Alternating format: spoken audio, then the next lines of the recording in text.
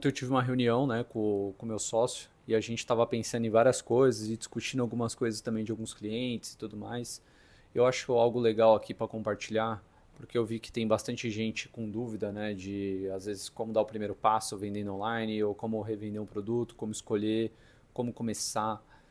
E eu acho que um ponto bem legal seria você, fica até como uma provocação mesmo, de você olhar para o seu produto e pensar qual que é a recorrência dele, né? Então, o que seria isso, né? Em quanto tempo o seu cliente ele precisa recomprar o seu produto? Daqui um mês, daqui uma semana, 2 semanas, em quanto tempo ele vai precisar do seu produto de novo? Então, a gente vem de vários nichos, né? Então, desde quando a gente começou, a gente já testou desde decoração até eletrônicos, acessório para carro, peças específicas, né, de carro mesmo, compressor de ar-condicionado, condensador, coisas que o carro precisa, né? Não é só um acessório como às vezes um multimídia na época e tudo mais. Então, tenta entender qual que é a recorrência do seu produto. Se você já revende algum produto, em quanto tempo seu cliente precisa dele, né? Qual que é a durabilidade desse produto? Se você parar para pensar, tudo que a gente tem dentro de casa, ele tem uma durabilidade, né? Então, o nosso celular tem uma durabilidade, a nossa cafeteira tem uma durabilidade, as panelas que você usa têm uma durabilidade. E sempre quando chega no fim dela, a gente precisa comprar de novo, porque às vezes o produto não vai funcionar. Então, chega uma hora que a sua panela ela está extremamente gasta, ela já está toda ferrada e aquilo prejudica a sua saúde. Então, você precisa recomprar.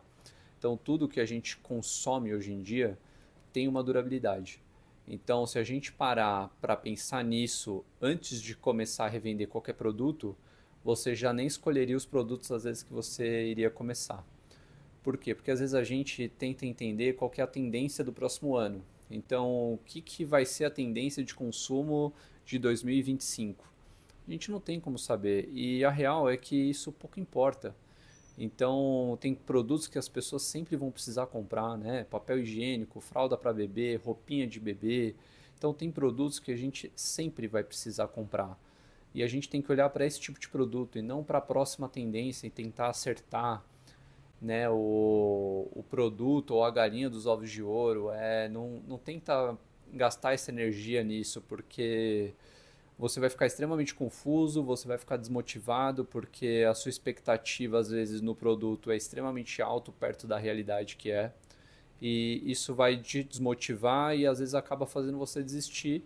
Pensa com carinho nisso, a recorrência é muito importante. Quando você entende isso, talvez fique mais fácil de você dar o primeiro passo e escolher o primeiro produto, né, para você testar, para você revender, para você tentar entender como que o consumidor vai adquirir ele, qual que é o consumidor, para que ele usa o seu produto. Então, eu acho que isso é muito mais importante do que as tendências de 2025. Eu sei que tem bastante gente que vende essas coisas, ou às vezes vende como algo que vai fazer você faturar mais rápido. Só que eu acho ruim você pensar, né, nas tendências de 2025, porque às vezes faz você não enxergar o óbvio, o que está dentro da sua casa, né? E o que você realmente consome. Então, tenta olhar todos os seus hobbies, ou o que você precisa de essencial mesmo. E eu acho que ali talvez esteja algum produto que você consiga, né, ter uma recorrência e às vezes você consiga realmente construir, né, uma empresa com base nesses produtos, né? Ou não sei, ter uma ideia de um negócio diferente, ou uma criação de uma marca diferente, ou às vezes olhar para a sua marca agora de uma maneira diferente.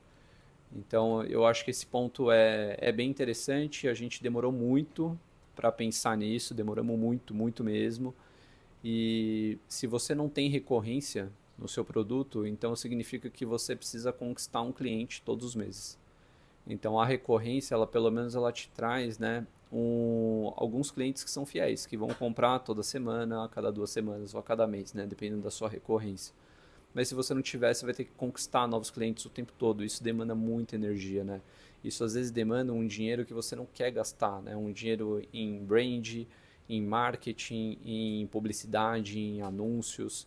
E isso é ruim, porque o tempo todo você está investindo dinheiro, fora o dinheiro no estoque, né?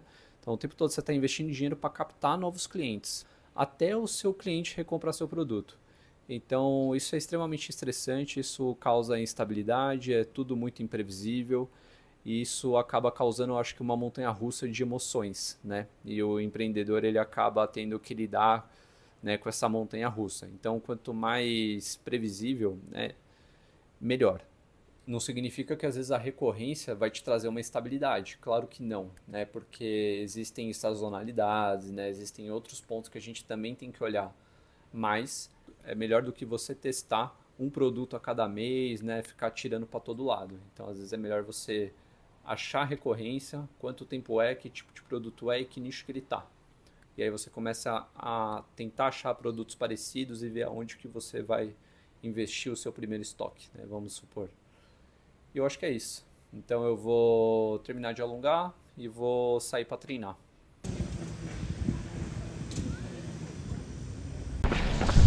O bagulho tá louco hoje, rapaziada.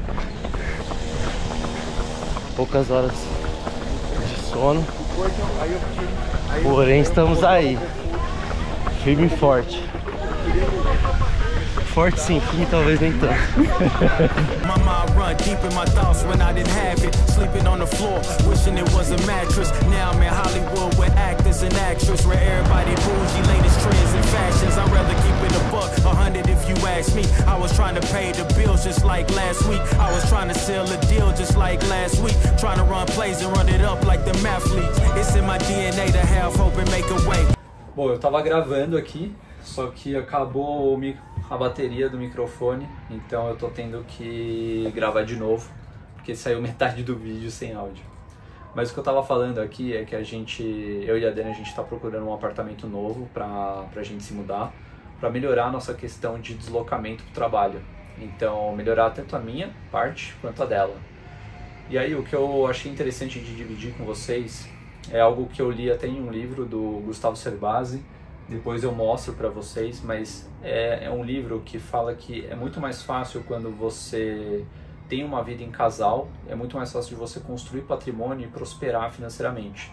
Mas vocês precisam encarar isso de uma forma conjunta. O que a gente fez essa semana para começar a pensar desse jeito?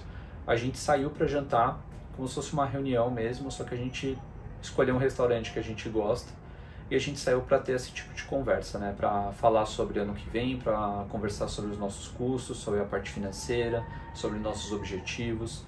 Então a gente usou, né, esse date nosso para deixar as coisas alinhadas e ter esse tipo de conversa. E aí qual que é a ideia, né, desse tipo de conversa, desse tipo de reunião? É entender quais são as nossas metas de longo prazo e as de curto prazo, né? E como que a gente vai fazer para chegar lá. E aí o que a gente faz, né, para ajustar as coisas já nesse momento? A gente pega, cada um ganha um salário, só que a gente une esse salário. Então é o salário da nossa casa. Então a nossa casa ganha X reais, né? E dentro desse X a gente vai fazer todo o nosso orçamento. Então tudo que é de custo, né, custo de aluguel, luz, internet, todas essas coisas básicas, né, de mercado, tudo isso, a gente encara como um custo fixo. Né? E aí tem os custos que são variáveis. Esse custo variável seria as nossas saídas, né? Com os amigos ou até saídas nossas mesmo.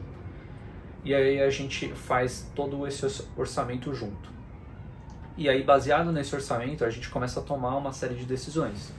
Então, o que o livro passa de ensinamento e que a gente está trazendo para a nossa vida? Quando a gente tem esse tipo de conversa financeira e a gente tem todo esse esclarecimento sobre as nossas metas de curto, médio e longo prazo, a gente consegue planejar como que a gente vai se comportar e o quanto de dinheiro a gente vai guardar para qual modalidade, né? Então a gente precisa guardar dinheiro para as nossas metas de curto, de médio e de longo prazo e o quanto que a gente vai direcionar para cada uma, porque são metas, são objetivos diferentes. Então, quando a gente tem esse tipo de conversa, a gente consegue trazer um pouco mais de racionalidade para dentro de casa. Então, vou dar um exemplo, né? A gente conversando aqui sobre mudar de apartamento, alugar um novo, e entrou o assunto de comprar um apartamento.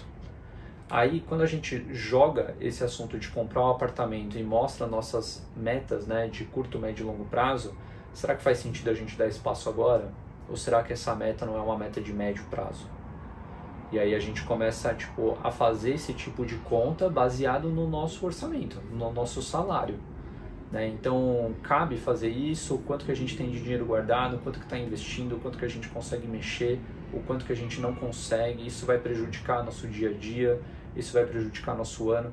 Então a gente vai jogando esse tipo de provocação e pensando dessa forma, porque essa eu acho, né, eu gostei dessa parte do livro. Essa é a única forma de prosperar financeiramente em casal, quando a gente encara as coisas juntos, né? E por que que a gente decidiu fazer dessa forma?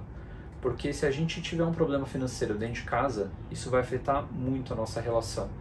E a última coisa que a gente quer é brigar por causa de dinheiro, né? Então, isso, se você puxar algum estudo na internet, a maior causa de divórcio, a maioria é por conta de aspecto financeiro.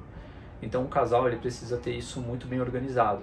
E a gente está trazendo esses ensinamentos para aplicar para a gente e ver o quanto que funciona. Porque se a gente tiver uma vida leve financeiramente, a gente consegue talvez pensar de forma mais tranquila nos outros objetivos. Então ela consegue focar na empresa dela, eu consigo focar na minha, a gente consegue fazer nossas viagens, a gente consegue pensar numa construção de uma família. Então, é muito legal ter esse tipo de conversa e ter essa liberdade para ter essa conversa, né? E aí você vê que realmente parece que traz uma força para o relacionamento muito maior. Parece que a gente amadurece junto. Então, quando a gente se organiza, fica muito mais fácil de talvez pensar a longo prazo. E isso tem sido bem legal. E aí, como a gente tem tido esse tipo de conversa e está trazendo essas coisas pra gente, eu decidi até dividir com vocês, porque às vezes é algo que realmente é replicável, né? Porque se eu estou tirando de um livro, né, todo mundo pode fazer isso. Eu queria realmente dividir isso, porque pra gente faz muito sentido ter esse tipo de conversa. E agora eu vou organizar minhas coisas, então eu vou terminar algumas coisas do trabalho, eu vou arrumar minha mala, que amanhã eu tenho que buscar minha avó, que é aniversário dela dia 24 de dezembro, então eu vou até o interior do Rio agora para buscar ela. E aí só organizar uma mala rápida para fazer um bate-volta mesmo e aí voltar para São Paulo. Mas é isso, então deixa eu arrumar minha mala, que amanhã cedo eu tenho que viajar, fazer esse bate-volta aí.